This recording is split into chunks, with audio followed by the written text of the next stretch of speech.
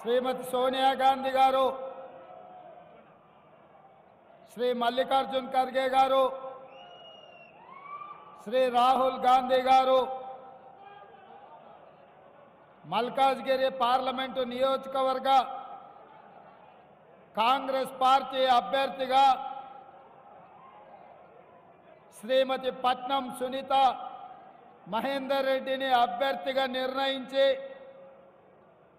మన ముందుకు పంపిస్తే ఈరోజు ఈ నామినేషన్ ఎన్నికల ప్రచార కార్యక్రమాన్ని మీరందరూ దగ్గరుండి ఏర్పాటు చేసి ఇంత పెద్ద ఎత్తున వేలాదిగా తరలి వచ్చి సునీత మహేందర్ రెడ్డి గారిని గెలిపించడానికి మీరు కృషి చేస్తున్నందుకు మీకు అందరు కూడా మనస్ఫూర్తిగా ధన్యవాదాలు, కృతజ్ఞతలు మిత్రులారా.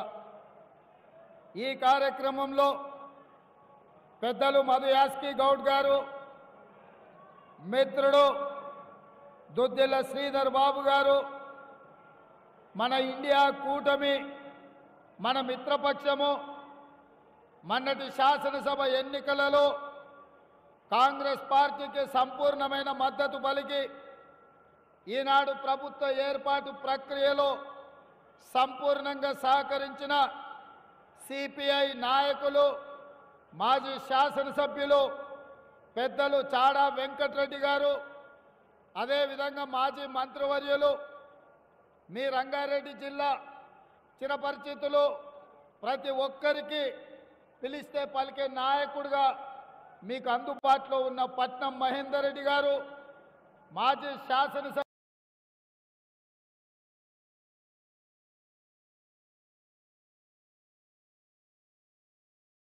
నా మిత్రుడు మైనంపల్లి హనుమంతరావు గారు, మాజీ శాసనసభ్యులు సుధీర్ రెడ్డి గారు,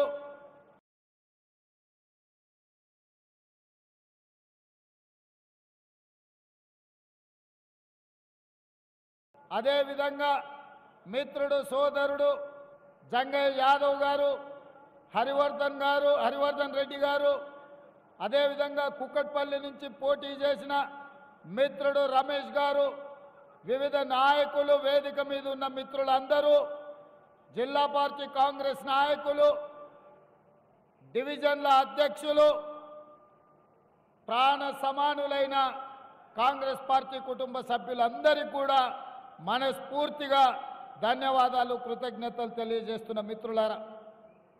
ఈ వేదిక మీద ఉన్న చాలామంది మిత్రులు, ఇక్కడ హాజరైన వేలాది మంది కార్యకర్తలు 2018లో కొడంగల్ శాసనసభ నియోజకవర్గంలో చంద్రశేఖరరావు గారు కుట్రలు చేసి పోలీసులను పెట్టి అరెస్టు చేసి అడ్డుకొని ఆనాడు అక్కడ ఓడిస్తే ప్రభుత్వ కుట్రాన్ని మీరు గుర్తించి 2019 పార్లమెంట్ ఎన్నికల్లో ఈ మల్కాజ్గిరి నుంచి ఎన్నికల బరిలో దిగితే మీరే కథన రంగంలో కార్యకర్తలై, నాయకులై, మీరే కాంగ్రెస్ పార్టీ అభ్యర్థులై ప్రతి ఒక్కరిని ఇంటింటికి పోయి ప్రతి తలుపు తట్టి ప్రతి గుండెకు చేరి దేశంలోనే అతిపెద్ద పార్లమెంటు నియోజకవర్గమైన మల్కాజ్గిరి నుంచి నన్ను ఎంపీగా గెలిపించి ఢిల్లీకి పంపించిండ్రు మిత్రులారా. నేను ఎప్పటికీ మర్చిపోను మల్కాజ్గిరి పార్లమెంటును. ఆనాడు చాలా సమస్యల మీద కొట్లాడినాం. అది జవహర్ నగర్ డంపింగ్ యార్డ్ కావచ్చు, కంటోన్మెంట్ ప్రాంతంలో స్కైవేస్ కావచ్చు, మేడ్చల్కు ఎంఎంటీఎస్ రైలు కావచ్చు, మెట్రో రైలు కొనసాగింపు కావచ్చు, ఈ ప్రాంతంలో తాగునీటి సమస్య కావచ్చు, ఈ షామీర్పేట మేడ్చల్ ప్రాంతానికి ఐటీ కంపెనీలను తేవాలి, ఈ ప్రాంతాన్ని అభివృద్ధి చేయాలని ఆలోచనతో చాలా విషయాల మీద మనం ఆనాడు కొట్లాడినాం. కొన్ని పనులు జరిగినాయి, కొన్ని పనులు జరగలేదు. జరగకపోవడానికి కారణం ఆనాడు మన ప్రభుత్వం లేదు, ప్రభుత్వంలో ఉన్న పెద్దలు మన మీద కుట్ర చేసి మన ప్రాంతానికి అన్యాయం చేశారు. ఈరోజు మిత్రుడు శ్రీశైలం గౌడ్ గారు వేదిక మీద ఉన్నారు. ఆ రోజు చాలా విషయాలల్లో కుత్బుల్లాపూర్ నియోజకవర్గం కావచ్చు, కుక్కట్పల్లి కావచ్చు, కంటోన్మెంట్ కావచ్చు, మల్కాజ్గిరి కావచ్చు, ఎల్బీ నగర్ కావచ్చు, ఉప్పల్ కావచ్చు, ఈ మేడ్చల్ నియోజకవర్గం ఈ ప్రాంత అభివృద్ధి కోసం ఎన్నో రకాలుగా ప్రయత్నాలు చేసినాం. కానీ ఆనాడు ప్రభుత్వం అడ్డుకొని ఈ ప్రాంత అభివృద్ధి కుంటుపడడానికి కారణమైంది. ప్రభుత్వంలో ఉన్న పెద్దలు ఆనాడు సహకరించలేదు. అందుకే ఈ ప్రాంతం ఇవాళ కోకాపేటలో 100 కోట్లకు ఎకరమైతే మన దగ్గర పెట్టుబడులు రాకపోవడం వల్ల, ఐటీ కంపెనీలు పెట్టకపోవడం వల్ల మన ప్రాంతం అభివృద్ధి ఆగిపోయింది. మరి ఈరోజు నేను మిమ్మల్ని అడుగుతున్నా, మీ అభిమానంతో మీరు ఆదరించి ప్రశ్నించే గొంతుగాని మీరు గుర్తించి ఈ ప్రశ్నించే గొంతుకను మీరు ఢిల్లీకి పంపిస్తే పిసిసి అధ్యక్షుడై ఈరోజు రాష్ట్ర ముఖ్యమంత్రిగా మీ ముందు నిలబడ్డా పడిపోతున్న నన్ను నిలబెట్టి నిటారుగా కేసీఆర్తో కొట్లాడే ధైర్యం ఈ మల్కాజ్గిరి పార్లమెంటు నియోజకవర్గ మిత్రులు ఇచ్చిండ్రు, ఇక్కడున్న పార్టీ కార్యకర్తలు ఇచ్చారు. మీరిచ్చిన ధైర్యంతో వెనుదిరిగి చూడలేదు, వెనక్కి మళ్ళీ చూడకుండా 5 ఏళ్ళు రాత్రి మగళ్ళు ప్రతి నిమిషం ప్రతి క్షణం ప్రజా సమస్యల మీద కొట్లాడినాం, ఈ ప్రభుత్వంతో పోట్లాడినాం. అందుకే ఈరోజు తెలంగాణ రాష్ట్రం అంతా మనకు అండగా నిలబడి మీ మల్కాజ్గిరి ఎంపీని ఈ రాష్ట్రానికి ముఖ్యమంత్రిని చేసే అవకాశం వచ్చింది. ఇవాళ మరి నేను మేడ్చల్ పార్లమెంటు నియోజకవర్గ ప్రజల్ని నేను అడుగుతున్నా, ఈ ప్రాంతంలో నేను అనుకున్న మా జంగయ్య గెలుస్తాడు, మంత్రి అవుతాడేమో అని, కానీ అనుకోకుండా మా జంగన్న గెలవలే. 7 అసెంబ్లీలు ఇవాళ పరాయోళ్ళ చేతులు ఉన్నాయి. ఏమి చేయాలన్నా, ఏమి అడగాలన్నా, ఏమి ప్రతిపాదనలు తేవాలన్నా ఇవాళ మనోడు లేడు. వెనకటికి పెద్దోళ్ళు చెప్పారు మట్టికి పోయినా ఇంటోడే పోవాలని. మరి నేను ఇవాళ అడుగుతున్న మిత్రులారా, మన ప్రాంతం అభివృద్ధి చెందాల్సిన అవసరం లేదా? మన ప్రభుత్వం ఉన్నప్పుడు, మన వాళ్ళు ఎమ్మెల్యేలు లేకపోయినప్పుడు కనీసం మన వాళ్ళు ఎంపీగా అయినా ఈ ప్రాంతంలో ప్రాతినిధ్యం వహిస్తే మీ సమస్యలు సరాసరి ప్రభుత్వం దృష్టికి తీసుకొచ్చి మీ సమస్యల్ని పరిష్కరించే బాధ్యత మీ పార్లమెంటు సభ్యురాలు సోదరీమణి సునీతమ్మ తీసుకుంటుంది. వాస్తవంగా పార్టీ సునీతమ్మను చేవెళ్ల పార్లమెంటు నుంచి నిలబెట్టాలని అనుకున్నది. కానీ నేను మల్లికార్జున్ ఖర్గే గారిని, సోనియా గాంధీ గారిని అడిగిన, ఇది నేను ప్రాతినిధ్యం వహించిన సీటు, ఈ ప్రాంతంలో ప్రజలకు పరిచయం ఉండాలి, ప్రజా సమస్యలు తెలిసి ఉండాలి, నిత్యం ప్రజలలో ఉండేటోళ్ళని ఇక్కడ పెడితే తప్పకుండా మల్కాజ్గిరి పార్లమెంటు ప్రజలు ఆశీర్వదించి తప్పకుండా గెలిపిస్తారు. సునీతమ్మని ఇక్కడ ఎన్నికల బరిలో పెట్టండి. 3 సార్లు జిల్లా పరిషత్ చైర్పర్సన్గా, మహేందర్ రెడ్డి 35 ఏళ్ల నుంచి రంగారెడ్డి జిల్లాలో తండాలలో, మారుమూల పల్లెల్లో, పట్టణంలో ఉండే ప్రతి డివిజన్లో ప్రతి ఒక్కరికి తెలుసు. ఎమ్మెల్యేగా, మంత్రిగా, ఎమ్మెల్సీగా, చీఫ్ విప్గా ఈనాడు ప్రతి సమస్య మీద అవగాహన ఉన్నది. సునీతమ్మను మీరు ఎంపీగా గెలిపిస్తే మీకు బోనస్గా మహేందర్ రెడ్డి ఎమ్మెల్సీగా, చీఫ్ విప్గా మీ సమస్యల్ని పరిష్కరించడానికి వారు తోడుంటారు. మీరు ఒక్క ఓటేసి గెలిపిస్తే మీకు 2 సేవకులు ఈ మల్కాజ్గిరి పార్లమెంటుకు వస్తారని చెప్పి నేను ఈ సందర్భంగా తెలియజేయదలుచుకున్నాను. అందుకే 24 గంటలు మీ మధ్యలో ఉండి మీ సమస్యలు తెలిసి మీ సమస్యల పరిష్కారం కోసం కృషి చేసే మహేందర్ రెడ్డి కుటుంబాన్ని ఈ మల్కాజ్గిరి మేడ్చల్ పార్లమెంటు నుంచి ఈరోజు ఎన్నికల్లో పెట్టినాం. ఇవాళ నేను ఒక్క విషయం చెప్పదలుచుకున్నా. ఆనాడు పెద్దలు దేవేందర్ గౌడ్ గారు ఉన్నప్పుడే వేలాది ఇండ్ల పట్టాలు ఇచ్చి మీ బస్తీలలో, మీ మారుమూల ప్రాంతాలలో సీసీ రోడ్లేసి ప్రాంతాన్ని పెద్దలు దేవేందర్ గౌడ్ గారు ఉన్నప్పుడు అభివృద్ధి చేశారు. ఆయల్లో చేసిన అభివృద్ధి ఇవాళటి వరకు జిల్లాల నుంచి వచ్చిన పేదోళ్లకు బస్తీలలో ఇళ్ల పట్టాలు వచ్చినాయి. మరి ఈరోజు బీఆర్ఎస్ 10 ఏళ్లలో ఇచ్చిన ఇళ్ల పట్టాలు ఏంది, చేసిన అభివృద్ధి ఏందో ఒక్కసారి మీరు అంచనా వేసుకోండి. అందుకే కేసీఆర్ ఇవాళ బిడ్డ బెయిల్ కోసం 5 సీట్లల్లో బీజేపీలను గెలిపిస్తానని చీకటి ఒప్పందం చేసుకున్నాడు. అందులో భాగంగానే ఇవాళ బీఆర్ఎస్ వాళ్ళు చచ్చువైన వాళ్ళను, తాలువైన వాళ్ళను ఈరోజు బీఆర్ఎస్ అభ్యర్థులుగా నిలబెట్టినరు. ఇక్కడ ఎవరిని ఎంపీగా నిలబెట్టిరో నేను చెప్పాల్సిన పని లేదు, వాళ్ళ పనితనం ఏందో మీకు తెలుసు. ఇవాళ అభ్యర్థికి కూడా తెలియదు. ఆ అభ్యర్థి తలకాయే బీజేపీకి మోడీకి తాకట్టు పెట్టిండన్న సంగతి బీఆర్ఎస్ అభ్యర్థికి ఇంకా తెలియదు పాపం. ఆయన గొర్రెలెక్క అక్కడ ఇక్కడ తిరుగుతూ ఉన్నాడు, ఇంకా ఏదో జరుగుద్దని. అందుకే ఏ రోజు ఈ కుట్రపూరితమైన రాజకీయాలను తిప్పు కొట్టాలి, ఈ కుమ్ముక్కు రాజకీయాలను పొందబెట్టాలి. బిడ్డ బెయిల్ కోసం సొంత పార్టీ నమ్ముకొని జెండా మోసిన వాళ్ళని కూడా మోడీకి తాకట్టు పెట్టిండు కేసీఆర్. ఇవాళ అందుకే కేసీఆర్ను మోడీని ఇద్దరిని ఓడించాల్సిన బాధ్యత మీ మీద ఉంది. మీడియా మిత్రులారా, మొన్న డిసెంబర్లో జరిగిన ఎన్నికల్లో చంద్రశేఖరరావును బండకేసి కొట్టిండు. ఇప్పుడు జరగబోయే పార్లమెంటు ఎన్నికల్లో మోడీని కూడా ఓడించాల్సిన అవసరం ఉంది. వీళ్ళిద్దరు తోడు దొంగలు. మొన్న జరిగిన ఎన్నికల్లో ఒక దొంగను బొందబెట్టిండ్రు. ఇప్పుడు జరుగుతున్న పార్లమెంటు ఎన్నికల్లో కేంద్ర ప్రభుత్వాన్ని నరేంద్ర మోడీని ఓడించాల్సిన అవసరం ఉన్నది. ఇవాళ భారతీయ జనతా పార్టీ నాయకులు సన్నాయి నొక్కులు నొక్కుతురు. నేను అడుగుతున్న కిషన్ రెడ్డిని, ఈటెల రాజేందర్ బీజేపీ నుంచి ఎమ్మెల్యేగా గెలిచినావు కదా హుజూరాబాద్కు మోడీ నుంచి ఎన్ని నిధులు తెచ్చినావని నేను అడుగుతున్నా.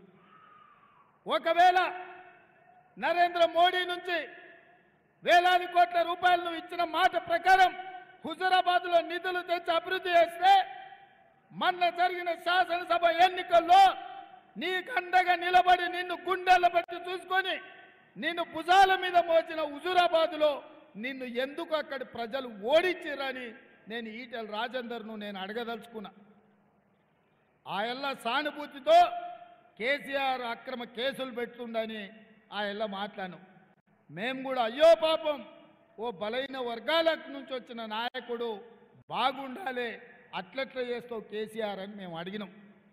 మరి నువ్వు మోడీ ప్రభుత్వంలో నువ్వు నాయకత్వం వహించినావు. మోడీకి ముఖ్యంగా అమిత్ షా నా జేబుల్నే ఉన్నాడు, నేను ఎప్పుడు పిలిస్తే అప్పుడు వలుకుతాడని అన్నాడు ఈటెల రాజేందర్. నిజమే, ఈటెల రాజేందర్కు అమిత్ షా దగ్గరోడే. మరి దగ్గరోడైతే కేంద్ర హోంశాఖ మంత్రిగా ఉన్న అమిత్ షా తోటి ఎందుకు ఈటెల రాజేందర్ కేసీఆర్ అవినీతి మీద, కాళేశ్వరం ప్రాజెక్టు మీద, హైదరాబాద్ చుట్టూతా ఆక్రమించుకున్న భూముల మీద, ధరణి పోర్టల్ అడ్డం పెట్టి కొల్లగొట్టిన వేల కోట్ల రూపాయల మీద, కేసీఆర్ కుటుంబం మీద, కల్వకుంట్ల తారక రామారావు అవినీతి మీద ఈటెల రాజేందర్ విచారణకు ఎందుకు ఆదేశాలు తీసుకురాలే అమిత్ షా నుంచి అని నేను అడుగుతున్నా. నేను సూటిగా అడుగుతున్నా ఈటెల రాజేందర్, నీ భూములు ఆక్రమించుకున్నాడు, నీ మీద అక్రమ కేసులు పెట్టినా నువ్వు మాట్లాడినావు కదా ఆనాడు. నువ్వు ఎమ్మెల్యేగా దాదాపుగా 3 ఏళ్ళు బీజేపీ ఎమ్మెల్యేగా అమిత్ షా మనిషిగా ఉన్నావు కదా. ఏ ఒక్క రోజైనా ఆనాటి ప్రభుత్వం కల్వకుంట్ల చంద్రశేఖరరావు అవినీతి మీద ఒక్క ఫిర్యాదు అయినా చేసినవా? చంద్రశేఖరరావు అవినీతి నిక్కుదేల్చి వేల కోట్ల రూపాయలు ఎందుకు ఆ కేసీఆర్ నుంచి రాబట్టడానికి ప్రయత్నం చేయలేదు? ఏమి మీ ఆలోచన నేను అడుగుతున్నా, ఏంది మీ అండర్స్టాండింగ్ అని నేను అడుగుతున్నా. ఏ ఒక్క రోజైనా ఈటెల రాజేందర్ మున్సిపల్ మంత్రిగా, ఐటీ మంత్రిగా కేటీఆర్ గురించి ఎప్పుడైనా మాట్లాడినా? మీరు ఒక్కసారి ఆలోచన చేయండి. అయ్యే చెడ్డోడంట, కొడుకు మంచోడంట, ఉంటాదే గట్ల. బర్రె దున్నపోతు చేనులో మేస్తే దూడ గట్టు మీద మేస్తుందా? మీరు చెప్పండి, ఒక్కసారి ఆలోచన చేయండి. దున్నపోతు చేనులో మేస్తే దూడేమైనా గట్టు మీద మేస్తుందా? ఆమ్దాలు పెడితే జొన్నలు మొలుస్తాయా? ఆమ్దాలు పెడితే ఆమ్దాలే మొలుస్తాయి కదా. అయ్య వంకరోడైతే కొడుకు టింకరోడే ఉంటాడు తప్ప అయ్యోటి కొడుకోటి ఉంటాడా? ఉంటారానే? ఎందుకు ఈటెల రాజేందర్ ఏ రోజు కూడా కేటీఆర్ గురించి మాట్లాడాడు? కేటీఆర్ అవినీతి మీద మాట్లాడాడు, టెలిఫోన్ ట్యాపింగ్ మీద మాట్లాడాడు. టెలిఫోన్ ట్యాపింగ్ మీద ఎందుకు కేసీఆర్కు వ్యతిరేకంగా ఫిర్యాదు చేయడు? 10 ఏళ్ళు ఉన్న మోడీ 10 ఏళ్ళు గజ్వెల్ కేడి ముఖ్యమంత్రిగా ప్రధానమంత్రిగా ఉన్నారు. వాళ్ళు ఇచ్చిన హామీలు అమలు చేసిండ్రా? 10 ఏళ్ళు ఉన్నోళ్ళు వాళ్ళే మళ్ళీ ఎంపీలు కావాలి, మళ్ళీ కేంద్రంలో ప్రధానమంత్రి కావాలంటారు. 10 ఏళ్ళు మీరు ఇచ్చిన హామీలు ఏమైనా అమలు చేసిండ్రా? నేను సూటిగా అడుగుతున్న ఈటెల రాజేందర్ని, 2014, 2019లో నరేంద్ర మోడీ గారు ఇచ్చిన హామీల మీద నువ్వు చర్చకు సిద్ధంగా ఉన్నావా? నువ్వు ఒకవేళ సిద్ధమైతే మా మైనంపల్లి హనుమంతరావును చర్చలకు పంపిస్తా. మోడీ ఇచ్చిన హామీలు అమలు చేసిండ్రా మీరు? ఆనాడు చెప్పిండు మోడీ, ప్రతి సంవత్సరం 2 కోట్ల ఉద్యోగాలు ఇస్తా అన్నాడు.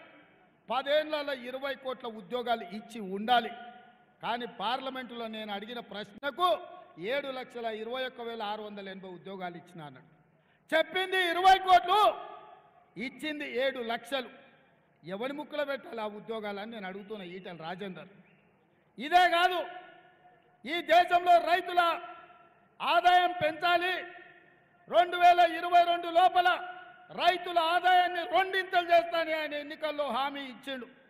నేను ఇవాళ అడుగుతున్నా, రైతుల ఆదాయం పెంచలేదు కానీ రైతు వ్యతిరేక నల్ల చట్టాలు తెచ్చి ఈ రాష్ట్రంలో ఆత్మగౌరవంతో ఈ దేశంలో బతుకుతున్న రైతులను అదానీ అంబానీలకు అమెజాన్లకు తాకట్టు పెట్టి శాశ్వతంగా మన భూముల్లోనే మనం బానిసలుగా బతికే నల్ల చట్టాలు తీసుకొస్తే లక్షలాది మంది ఢిల్లీ సరిహద్దుల్లో మోహరించి సైనికుల్లాగా మోడీతోని కొట్లాడి మోడీని ఓడించి మెడలు వంచి రైతు వ్యతిరేక నల్ల చట్టాలు వాపసు తీసుకునేటట్టు చేసి మోడీ చేత రైతుల క్షమాపణ చెప్పించిండ్రు. మరి ఇంత జరిగినా రైతులకు ఆదాయం రెండింతలు అయ్యేటట్టు చేసిండా? అంతెందుకు, పార్లమెంటులోనే మాట ఇచ్చిండు, రైతు పండించిన పంటకు కనీసం మద్దతు ధర ఇచ్చి కొంటామని. ఇవాళ రైతు సంఘాలన్నీ, రైతు కూలీల సంఘాలన్నీ నరేంద్ర మోడీని ప్రశ్నిస్తున్నాయి. భారతీయ జనతా పార్టీ ప్రభుత్వం చట్టబద్ధత కల్పించి కనీసం మద్దతు ధర చట్టాన్ని చేయమని, రైతులు పండించిన పంటను కొనడానికి కూడా కనీసం మద్దతు ధర స్వామినాథన్ కమిషన్ ఇచ్చిన రిపోర్ట్లను అమలు చేయడానికి సిద్ధంగా లేరు. ఈ రైతులను దోకా చేసింది నరేంద్ర మోడీ కాదా? అలాంటి నరేంద్ర మోడీ తరఫున ఈటెల రాజేందర్ ఎట్లా ఎన్నికల్లో ఓట్లు అడుగుతాడని నేను రాజేందర్ గారిని నేను అడుగుతున్నా. ఇదే కాదు, రాజకీయ నాయకుల అవినీతితో స్విస్ బ్యాంకులో లక్షల కోట్ల రూపాయలు అక్కడ దాచిపెట్టుకున్నారు. ప్రధానమంత్రి అయిన ఎంబడే స్విస్ బ్యాంకులో ఉన్న లక్షలాది కోట్ల రూపాయలు తెచ్చి జన్ ధన్ ఖాతాలో ప్రతి పేదవాడికి 15 లక్షల రూపాయలు ఖాతాలో వేస్తా అని నరేంద్ర మోడీ చెప్పిండు. నేను అడుగుతున్న ఈడున్న మా అక్కళ్ళు, మా కళాకారులను, మా మిత్రుల్ని, మీ ఖాతాలో నరేంద్ర మోడీ 15 లక్షలు వేసిండా? పోని 15,000 వేసిండా? పోని 15 పైసలన్నీ వేసిండా? ఒక్క పైసా కూడా నరేంద్ర మోడీ మన ఓట్లు ఎట్లా అడుగుతాడని నేను అడుగుతున్నా. ఇవాళ నరేంద్ర మోడీ గారు ఏం మాట్లాడుతున్నాడా? నిన్నమనైన మాటలు చూసిండు కదా. ఈ నిన్న కూడా హిందువుల ఆస్తులన్నీ గుంజుకోనంట ముస్లింలకు వంచి పెడతారంట. ఈ దేశ ప్రధానమంత్రి ఈ రకంగా మాట్లాడడం ఈ దేశానికి గౌరవమా అని నేను అడుగుతున్నా. ఈడున్న మా మిత్రులందరూ, మీ నాయనలు, మీ చిన్నాయనలు, మీ తాతలు, చిన్న తాతలు, పెద్ద తాతలు, లేకపోతే మీ అన్నదమ్ముళ్ళు, తండ్రి కొడుకుకు ఆస్తి ఇవ్వాలన్నా చట్టం ఉంది, చట్ట ప్రకారం ఆస్తి బదిలీ చేయాలి. అన్నదమ్ములు ఆస్తులు పంచుకోవాలన్నా చట్ట ప్రకారం పెద్ద మనుషులను కూర్చొని తెంచుకొని విరాసత్ తీసుకొని విరాసత్ ప్రకారం అన్నదమ్ముల ఆస్తులు తీసుకోవాలి. ఒకటి ఆస్తి ఇంకోటి ఆస్తికి మారాలంటే సబ్ రిజిస్ట్రార్లో పోయి రిజిస్ట్రేషన్ చేసి మొత్తం కనుక్కోవాలి. ఒకవేళ ఎవడన్నా దొంగ డాక్యుమెంట్లు వేసి కేటీఆర్ లాకటో చేసుకున్నా, మన మల్లన్న లాకటో లేవన్నా భూమి గుంజుకున్నా పోలీస్ స్టేషన్లకు పిలిపించి ఈపులు వలగొట్టి మళ్ళీ ఎవరి ఆస్తి వానికి ఇస్తారు. ఇంత చట్టబద్ధత ఈ దేశంలో ఉంది. మరి ఎట్లా హిందువుల ఆస్తులు గుంజుకొని ముస్లింలకు పంచిపెడతారని ఈ దేశ ప్రధానమంత్రి అంటాడు. డాక్టర్ బాబాసాహెబ్ అంబేద్కర్ రచించిన రాజ్యాంగం మీద ఒట్టేసి ప్రధానమంత్రి బాధ్యత తీసుకున్న నరేంద్ర మోడీ, నీకు ఇది తగునా? ఎన్నికల్లో నెగ్గడం కోసం ఇంత నీచమైన రాజకీయాలు చేస్తావా? మతాల మధ్యలో చిచ్చుపెట్టి, ప్రాంతాల మధ్యలో చిచ్చుపెట్టి, భాషల మధ్యలో చిచ్చుపెట్టి ఈ దేశాన్ని సర్వనాశనం చేసి భారతీయ జనతా పార్టీ గెలవాలంటుంటే కమ్యూనిస్టునని చెప్పుకునే ఈటెల రాజేందర్ ఎక్కడ తలకాయ పెట్టుకుంటామని నేను అడుగుతున్నా. మీ నాయకుడు, ఈ దేశానికి ప్రధానమంత్రిగా ఉన్న నరేంద్ర మోడీ ఇంత నీచంగా మాట్లాడుతుంటే ఇంకా భారతీయ జనతా పార్టీకి ఓట్లేమని నువ్వు ఎట్లా అడుగుతావు ఈటెల రాజేందర్ అని నేను అడగదలుచుకున్నా. ఇవాళ మిత్రులారా, మీరు ఆలోచన చేయండి. ఇవాళ ఈ వేదిక మీద ఇక్కడ ఉన్నోళ్ళు వేలాది మంది శివుడి భక్తులు ఉన్నారు. కీసర్లో మనం శివరాత్రికి పెద్ద ఎత్తున దర్శనం చేసుకుంటాం. యాదగిరిగుట్ట లక్ష్మీ నరసింహస్వామి భక్తులు ఉన్నారు. గుట్టకు పోయి మనం మొక్కు తీర్చుకుంటాం, పిల్లలకు తల వెంట్రుకలు ఇచ్చొస్తాం. రాముడు భక్తులు ఉన్నారు. శ్రీరాముడి భక్తుడిగా మనం అందరం భద్రాచలంలో పోయి రావుడిని గొల్చొచ్చినాం. అదేవిధంగా జోగులాంబ అలంపూరు పోయి జోగులాంబ శక్తి పీఠానికి ఇవాళ పూజలు చేసుకున్నాం. ఒకటే దయ్యం పట్టినట్టు పట్టింది బీజేపీ వాళ్ళకు. జై శ్రీరామ్ అనాలనంట, బూతులో ఓట్లు పడాలనంట. ఎత్తిన జెండా దించకు, ఇచ్చిన పైసలు వంచకు అన్నట్టు తయారైంది వీళ్ళు. ఏంది ఇది అని నేను అడుగుతున్నా. రాముడు పేరు మీద ఎంతకాలం రాజకీయం చేస్తారు? రాముడిని తీసుకొచ్చి బజార్లో పెట్టి గోడల మీద రాసి ఇదేనా మీ నీచమైన రాజకీయం అని బీజేపీ నాయకులను అడుగుతున్నా. అందుకే మిత్రులారా, దేవుడు గుడిలో ఉండాలి, భక్తి గుండెల్లో ఉండాలి. వాడే అసలైన హిందువు. నా మనసులో నుంచి మాట్లాడుతున్నా. నేను హిందువును, నేను దేవుణ్ణి నమ్ముతా. దేవుడి నమ్మకం నా విశ్వాసం. ముస్లింలు మహమ్మద్ ప్రవక్త నమ్ముతారు, క్రిస్టియన్స్ యేసు ప్రభువు నమ్ముతారు, సిక్కులు వాళ్ళ దేవునికి మొక్కుతారు. ఎవడి ధర్మము ఎవడి జాతి వాడిదే. ఎవడి ధర్మాన్ని వాడి జాతిని గౌరవించుకోవడం వాళ్ళ హక్కు. రాజ్యాంగం మనకు ఇచ్చిన అధికారం.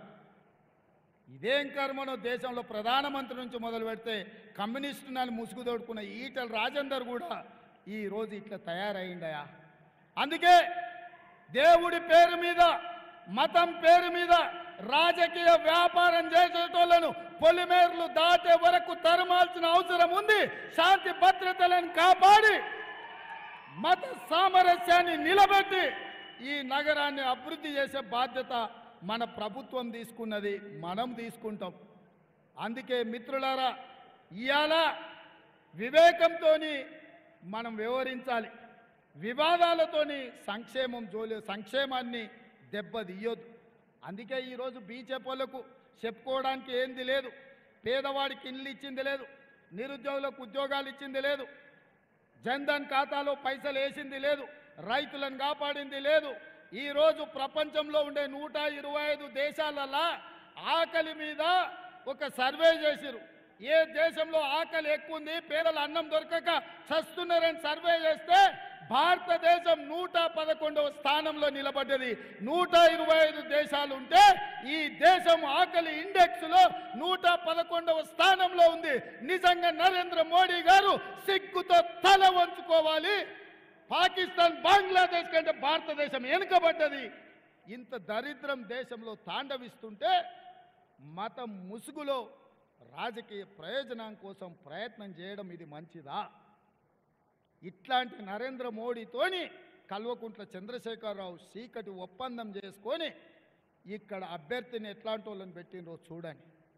టీఆర్ఎస్ కేసే ప్రతి ఓటు మూసీలేసినట్టే అది రాజేందర్కు పరోక్షంగా ప్రయోజనం ఉంటుంది. అందుకే టీఆర్ఎస్ కార్యకర్తలకు, నాయకులకు నేను విజ్ఞప్తి చేస్తున్నా. మీ నాయకుడు ఎప్పుడో మిమ్మల్ని తాకట్టు పెట్టిండు, నరేంద్ర మోడీకి తెగ నమ్మిండు. అందుకే మీరున్నది టీఆర్ఎస్లో అయినా మీరు వెయ్యాల్సింది కాంగ్రెస్ పార్టీకి. ఎందుకంటే ఒక సెక్యులర్, ఒక అభివృద్ధిని కాంక్షించే అభ్యర్థి మీకు కావాలంటే సునీత మహేందర్ రెడ్డి గారు మల్కాజ్గిరి నుంచి ఎంపీగా గెలవాలి. అక్కని గెలిపించండి. అక్కకేసే ప్రతి ఓటు నాకేసినట్టే. ఎట్లయితే ఆనాడు ప్రశ్నించే గొంతుగా పార్లమెంటులో మీ బిడ్డగా ఈ దేశంలో రాణించినో, ఈ రాష్ట్ర ముఖ్యమంత్రిగా ఈ ప్రాంతాల అభివృద్ధి చేసే బాధ్యత నాది. మా జంగయ్య చాలా విషయాలు చెప్పిండు. 58 జీవో చెప్పిండు, 59 జీవో చెప్పిండు, జవహర్ నగర్ గురించి చెప్పిండు, మేడ్చల్ గురించి చెప్పిండు. మా శ్రీశైలం గోడు, మా హనుమంత్ రెడ్డి కుత్బుల్లాపూర్ గురించి చెప్పిండ్రు. మా శ్రీ గణేష్ కంటోన్మెంట్ గురించి చెప్పిండు. మా హనుమంత్ అన్న కంటోన్మెంట్ మల్కాజ్గిరి గురించి చెప్పిండ్రు. మా మల్రెడ్డి రామరెడ్డి, జక్కెడి ప్రభాకర్ రెడ్డి, మా మధు యాస్కి అన్న ఎల్బీ నగర్ గురించి చెప్పారు. మా బండి రమేష్ కుక్కట్పల్లి సమస్యల మీద చెప్పిండు. ప్రతి ప్రాంతంలో నేను 5 ఏళ్ళు ఎంపీగున్నా. సందు సందు నాకు తెలుసు, గల్లీ గల్లీలో మీరందరూ నేను గుర్తుపడతా. ఇవాళ నాకు అవకాశం వచ్చింది. ఈ ప్రాంతాన్ని అభివృద్ధి చేసే అవకాశం నా చేతికి ఇచ్చిండు దేవుడు. అందుకే నేను మిమ్మల్ని అడుగుతున్న ఈ అవకాశాన్ని ఉపయోగించుకుందాం. మీ అన్న, మీ తమ్ముడుగా ఈ ప్రాంతంలో నేను కష్టాలలో ఉన్నప్పుడు నన్ను ఆదుకున్నారు కాబట్టి ఈ ప్రాంతాన్ని అభివృద్ధి చేసే బాధ్యత, అధికారం ఈరోజు నా చేతుల్లో ఉంది. నాకు అండగా నిలబడండి. సునీతమ్మను పార్లమెంటు గెలిపించండి. ఈ ప్రాంతాన్ని తీర్చిదిద్ది కుక్కట్పల్లి, నార్సింగి, మంచిరేవుల ప్రాంతంలో 100 కోట్లకి ఎకరం ఎట్లా పోద్ది, మేడ్చల్, షామీర్పేట ఎట్లా పోదో నేను చూస్తా. ఈ ప్రాంతానికి పరిశ్రమలు తీసుకొస్తా, ఫార్మా కంపెనీలు తెస్తా. మా వేణు ఉన్నాడు సర్పంచ్, ఇన్నే జీనోమ్ వ్యాలీ ఉంది. ఆనాడు మనం చేసిన అభివృద్ధే ఈరోజు ఇక్కడ ఉన్నది. ఐటీ కంపెనీలతో పాటు ఫార్మా కంపెనీలను తీసుకొచ్చి ఈ ప్రాంతాన్ని అభివృద్ధి చేస్తా. వివిధ రాష్ట్రాల నుంచి వివిధ ప్రాంతాల నుంచి వచ్చిన పేదలకు ఈ ప్రభుత్వం అండగా నిలబడుతుంది. తెల్ల రేషన్ కార్డులు ఇస్తామని చెప్పి నేను ఈ సందర్భంగా తెలియజేస్తున్నా. మిత్రులారా, ఈరోజు మీకు 500 రూపాయలకు సిలిండర్ ఇస్తే ప్రతి పేద బస్తీలో ఆడబిడ్డలకు మేలు జరిగింది. 200 యూనిట్లు ఉచిత కరెంట్ ఇస్తే వివిధ ప్రాంతాల నుంచి వచ్చిన మారుమూల గ్రామాల నుంచి వచ్చిన ప్రతి పేదవాడికి సహాయం జరిగింది. రాజీవ్ ఆరోగ్యశ్రీ పథకం అమలు చేస్తే 10 లక్షల రూపాయలు పేదోళ్లకు ప్రయోజనం జరిగింది. ఆర్టీసీ బస్సులో ఉచిత ప్రయాణం ఇస్తే ఆడబిడ్డలు ఎక్కడి నుంచి ఎక్కడికైనా పని చేసుకోవడానికైనా, ఉద్యోగానికి పోవడానికైనా, గుడికి పోవాలన్నా, పిల్లల్ని బడిలో ఇడవాలన్నా, అప్పుడప్పుడు ఇంటి ఆయన మీద కోపం వస్తే అమ్మగారి ఇంటికి పోవాలన్నా ఈరోజు ఆర్టీసీ బస్సు ఎవరిని అడిగే పరిస్థితి లేకుండా పోయింది. ఇవన్నిటినీ మీకు రద్దు చేయించాలని కుట్ర జరుగుతుంది బీజేపీ బీఆర్ఎస్. ఎవడు అడ్డం పడ్డా తొక్కుకుంటూ పోయి మీ సంక్షేమ పథకాలు అమలు చేస్తుంది ఈ ప్రభుత్వం. ఎవరు కుట్రలు చేసినా, కుతంత్రాలు చేసినా, కేంద్ర ప్రభుత్వం సహకరించినా సహకరించకపోయినా, చంద్రశేఖరరావు మీకు అన్యాయం చేయాలని చూసినా మిమ్మల్ని ఆదుకునే బాధ్యత ఈ ప్రభుత్వం తీసుకుంటుంది. మీకు అండగా నిలబడతాం. మళ్ళొక్కసారి మీకు అందరికీ విజ్ఞప్తి చేస్తున్నా, నేను మళ్ళీ తొందరలోనే వస్తా. అక్కను సునీతమ్మను పార్లమెంట్ సభ్యురాలుగా అత్యధిక మెజార్టీతో గెలిపించండి. అక్కకు అండగా నిలబడండి. ఈ సునీతమ్మకేసే ఓటు మీ సోదరుడు రేవంత్ రెడ్డికి వేసినట్టే మీరందరు గెలిపిస్తారు కదా, మీరందరు గెలిపిస్తారు కదా. గెలిపిస్తామన్న వాళ్ళందరూ లేచి నిలబడి చేయి పైకెత్తండి. జై కాంగ్రెస్, జై కాంగ్రెస్. చేతులు కనిపిస్తలేవురా నాయన, అన్ని చేతులే కనిపించాలి నాకు.